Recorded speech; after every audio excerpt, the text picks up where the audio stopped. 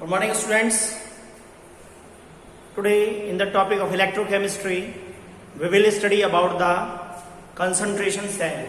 In previous lecture, we have studied till the Nernst equation for full cell and numerical based on that factor. This is the last,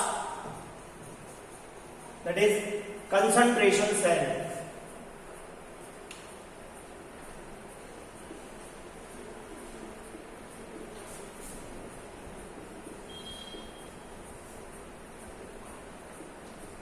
If we are talking about the concentration cell, it means when anode and cathode, both anode as well as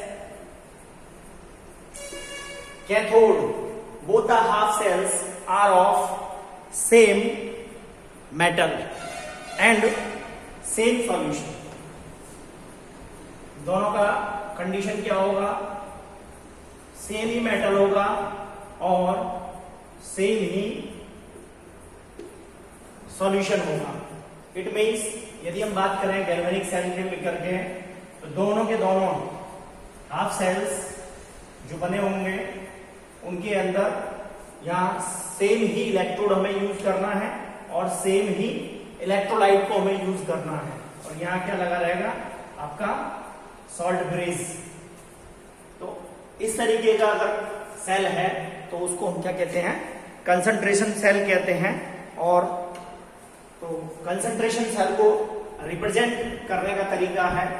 तो represent करने के लिए concentration cell को क्या लेंगे? सबसे पहले negative, because in left side क्या होता है? ऑक्सीडेशन को शो करते हैं. और ऑक्सीडेशन कहाँ होता है? ठीक है जी, एनोड के ऊपर. तो यह आ जाएगा आपका मेटल लिया, that is in solid state, that will be changed into aqueous solution. Same ही मेटल होगा. तो यहाँ पर क्या हो रहा है? चूंकि लॉस ऑफ इलेक्ट्रॉन हो रहा है, लॉस ऑफ इलेक्ट्रॉन को हम क्या कहते हैं? ऑक्सीडेशन कहते हैं. और ये कहाँ होता है? इसके लिए एनोड पर ये लग गया salt brace, that is M plus X, aqueous condition, interface that will be changed into solid. यहाँ पर ये किसमें चेंज हो रहा है? सॉलिड के अंदर चेंज हो रहा है. और यहाँ जाएगा आपका प्लस साइन, यानी रिप्रेजेंट्स कैथोड. कैथोड को रिप्रेजेंट करता है. अब यहाँ पर हमें कंसंट्रेशन क्या लेनी है? That is concentration is C1 और इसका जो कंसंट्रेशन है वो लेंगे C2. मतलब यहाँ क्या होगा? कंसंट्रेशन ही चेंज होगा. दोनों का कंसंट्रेशन क्या होगा? चेंज होगा. यानी एनोड और कैथोड क्या होंगे? सेम मेटल के बने होंगे. और टेम्परेचर की बात करें तो that temperature would be 298 kelvin. Temperature क्या होगा? 298 केल्विन होगा. इस तरीके से हम इस कंसंट्रेशन सेल को रिप्रेजेंट करते हैं. इसके ऊपर हम नर्स इक्वेशन को अप्लाई करते हैं और इसके लिए क्या निकालेंगे? फॉर्मूला ड्राइव करके देखते हैं. तो सबसे पहले हम इस सेल के लिए क्या निकालें? E naught cell, electrode potential for cell, जिसको आप जानते हैं. इसका फॉर्मूला क्या होता है? Electrode reduction potential at cathode minus electrode reduction potential at anode. दोनों के लिए क्या होगा? इसकी वैल्यू यदि हम देखें, चूंकि दोनों सेम ही मेटल हैं, ठीक है जी, यानी यहां पर दोनों की वैल्यू क्या दी हुई है? E electrode potential M plus 2 M, इसकी जो वैल्यू दी है वो X दी हुई है. तो यहां पर यदि आप क्या करोगे? X माइनस X, तो क्या आ जाएगा? 0 आ जाएगा. यानी E electrode standard electrode potential इसके लिए, इस सेल के लिए क्या होगा? 0 होगा. ठीक है जी. अब यहाँ रिएक्शंस देखते हैं कि एनोड और कैथोड के ऊपर कौन कौन सी रिएक्शंस हो रही हैं. यानी एन फैक्टर कैलकुलेट करेंगे. एन फैक्टर से नर्स इक्वेशन के अंदर इसकी वैल्यू को पुट करेंगे और इसके लिए हम क्या निकालेंगे? फॉर्मूले को ड्राइव कर लेंगे. Now let's see what happens at anode और कैथोड. एनोड के ऊपर यदि हम बात करें तो अभी आपने देखा कि मेटल जो कि सॉलिड स्टेट में है क्या कर रही है, इलेक्ट्रॉन को लूज कर रही है m प्लस एक्स, और कितने इलेक्ट्रॉन, x इलेक्ट्रॉन को लूज किया इक्वेशन, और इसका जो कंसंट्रेशन है वो साथ में लिखना पड़ेगा, that is C1। Whereas in cathode, cathode के ऊपर जो रिएक्शन हो रही है that is m plus x, और ये n इलेक्ट्रॉन को क्या करता है, लेता है, और that should be in aqueous state, और the concentration is G, that is C2, और किस में कन्वर्ट होता है, it will be converted into metal solid। क्या करेंगे, दोनों को प्लस कर देंगे, तो यहां पर क्या कैंसिल होगा, केवल इलेक्ट्रॉन से इलेक्ट्रॉन कैंसिल होंगे, और क्या क्या बचेगा, यहाँ m से ये ms चेंज हो जाएगा, लेकिन ये एक दूसरे से कैंसिल नहीं होंगे, क्यों, क्योंकि यहाँ पर इनकी कंसंट्रेशन क्या है, अलग अलग है, यानी इक्वेशन आ जाएगी आपकी m plus x, concentration is C2, that will be change into m plus x which has the concentration C1। now so यहां पर चूंकि इलेक्ट्रॉन्स एक ही क्या हो रहे हैं, एक ही लिया जा रहा है, और एक ही क्या हो रहा है, लूज हो रहा है, सो n फैक्टर क्या आ गया, the value of n factor that is 1। now we have the concentration and we have the value of n factor, that put the both the values in formula of Nash equation। now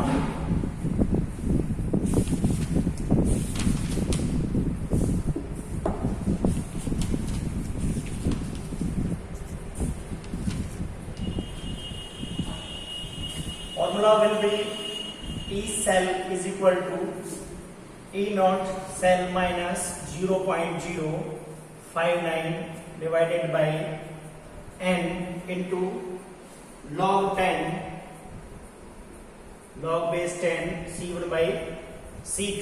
इसकी value हम पहले calculate कर चुके हैं, क्या ये 0, सो E cell is equal to 0 minus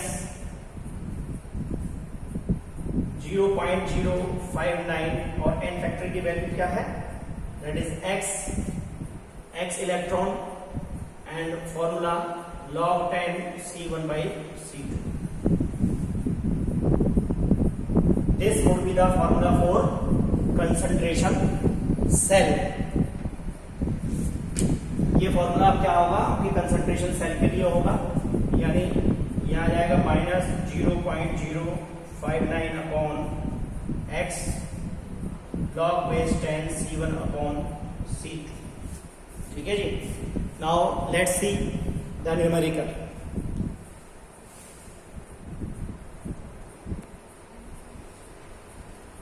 now question is, at anode copper would be changed into Cu+2, it means there is oxidation which has the concentration of 0.01 m, that is salt base, here copper that is be reduced to Cu+2, copper ion reduced to in copper, it happens at cathode, and the concentration is 0.1 m. At temperature 298 Kelvin, what would be the value of reduction potential or E cell for this cell? So let's see the solution. So for this E naught cell, that is 0, formula would be E cell is equal to minus 0.059 upon, तो यहाँ पे n factor की value क्या हो जाएगी, ये electrons 2 and log 10 log base 10, और concentration would be C1 upon C2, that is the value of C1 and that is the value of C2. It means 0.01 divided by 0.1, point calculate करेंगे, 0 बढ़ जाएगा, point से point cancel out हो जाएंगे, यानी क्या गया, E cell that is equal to minus 0.059 upon 2 log base 10 means 1 upon 10, or we can write it as 0.059 divided by 2, into log base 10 और यह आ जाएगा आपका 10 inverse. Same formula log base 10 a to the power b is equal to b. Now minus 0.059 divided by 2 into multiply minus 1 minus की इसके अंदर calculation होगी minus 10, ठीक है जी। तो क्या आ जाएगा -1 मल्टीप्लाई होगी तो आपका जाएगा 0.059 अपॉन 2 और ये प्लस का हो जाएगा, इसको डिवाइड करेंगे तो answer would be plus 0.295 volt. That would be the answer for the question. Now next case number 4।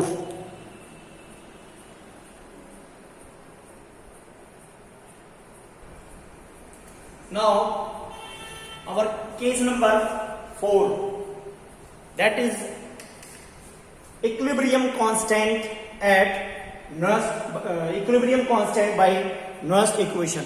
Nernst equation के द्वारा इक्विलिब्रियम कांस्टेंट को हमें कैलकुलेट करना है।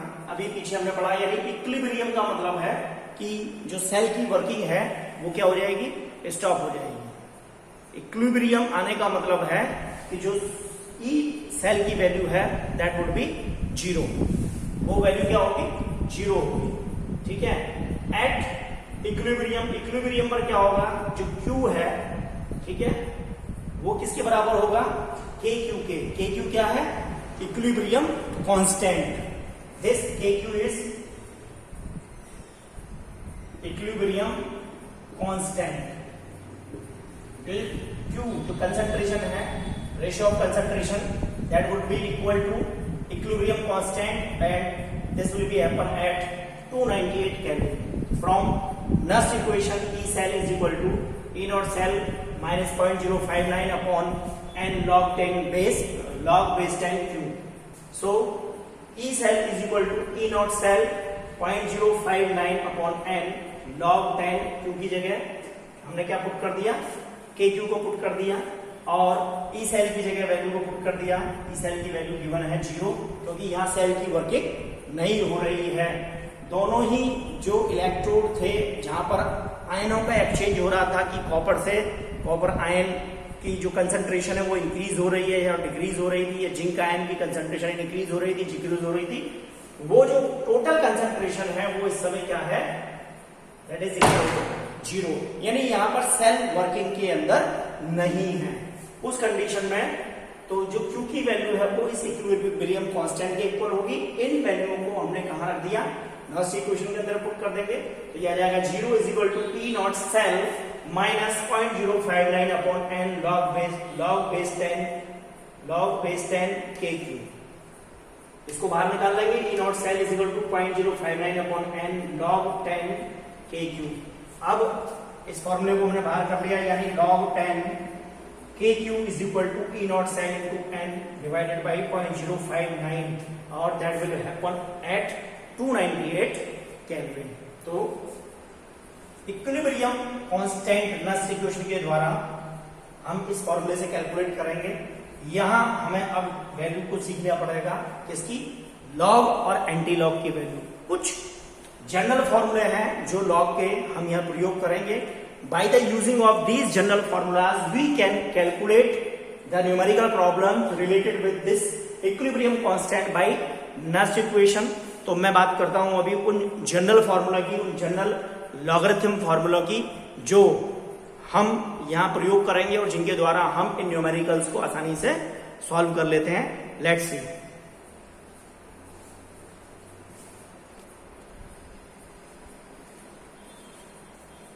Now let's see the general formulas of the logs। log को हम दो तरीके से रिप्रेजेंट कर सकते हैं। We can represent it in the form of log E or in the form of log base 10। log E and log base 10। The relation between both log E is equal to 2.303 log base 10। ये इन दोनों के बीच में क्या होता है, relation होते हैं। तो पहला फॉर्मूला ये बन जाएगा, अगर log E, जनरली हम क्या करेंगे, log बेस 10 के टर्म में फॉर्मूला को कंसीडर करेंगे और वैल्यू को कैलकुलेट करेंगे। तो तो log e ना यूज करके हम इस फॉर्मूले को यूज करेंगे। अगर log e आ रहा है तो उसकी जगह हम पुट कर देंगे 2.303 log base 10।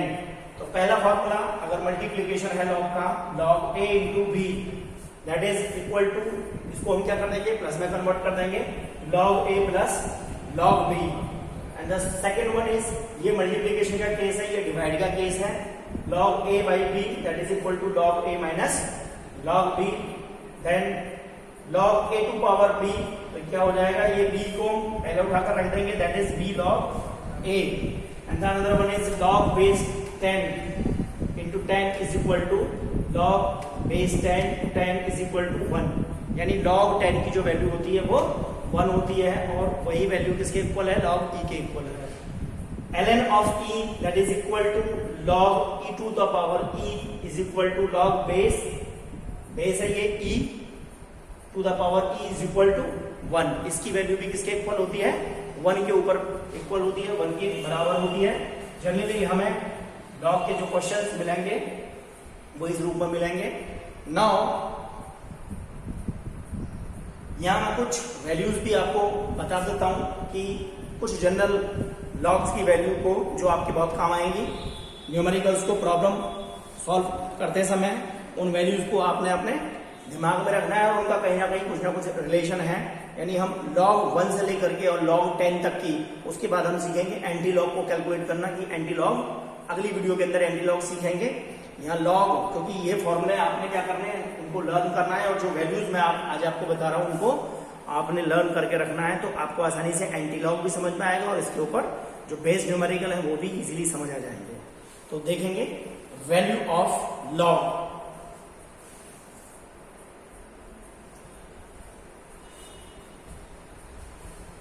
These are the values of log, right? Start from 1 to 10. log base 10 1 की वैल्यू जो होती है वो 0 होती है। log बेस 10 1, log बेस 10 यानी बेस क्या है इसका 10 ही रहेगा, सभी के नीचे क्या आ जाएगा 10 आ जाएगा। log 1 की वैल्यू क्या होती है 0 होती है। log 2 की वैल्यू होती है 0.3, यही log 2 और 4 की वैल्यू को कोरिलेट कर देंगे, क्योंकि log 4 को हम क्या लिख सकते हैं टू द पावर 2, और ये किसके बराबर हो जाएगा 2 मल्टीप्लाई log 2। log 2 की वैल्यू कितनी होती है 0.3, तो 0.3 यहाँ वैल्यू पुट कर देंगे तो इसकी वैल्यू क्या आ जाएगी 0.6। यानी अगर log 2 की वैल्यू हमको पता है तो log 4 की वैल्यू भी हमको पता है। और ऐसे log 8 इसको भी कोरिलेट कर सकते हैं, क्योंकि log 8 को हम कैसे लिख सकते हैं टू द पावर 3। देखो पहले नेक्स्ट log 3 की जो वैल्यू होती है बेस 10 ही रहेगा सबका। log 3 की वैल्यू होती है 0.47, इसको आपने याद करना है। एंड log 10, log बेस 10 4 का मैंने बताया आपको क्या हो जाएगा टू द पावर 2, यानी log 2 की वैल्यू को ही यदि यहाँ पुट कर करके भी log 4 की वैल्यू को हम कैलकुलेट कर सकते हैं, यानी 0.6। 2 into 0.3 that is equal to 0.6 आ जाएगी। log 5 that is equal to 0.69 और equal to 0.7। log 6 that is 0.77, log 7 that is 0.85, log 8 that is 0.9, और यहाँ इसको लिख सकते हैं टू द पावर 3। तो टू द पावर 3 यानी log 2 की वैल्यू को पुट करोगे तो 3 का पावर कितना आ जाएगा 9 आ जाएगा, तो 0.9। log 9 की वैल्यू होती है 0.95 और log 10 की वैल्यू होती है, यहाँ भी क्या आ जाएगा बेस सबका क्या रहेगा 10 ही रहेगा, तो log 10 की वैल्यू क्या आ जाएगी 1 आ जाएगी।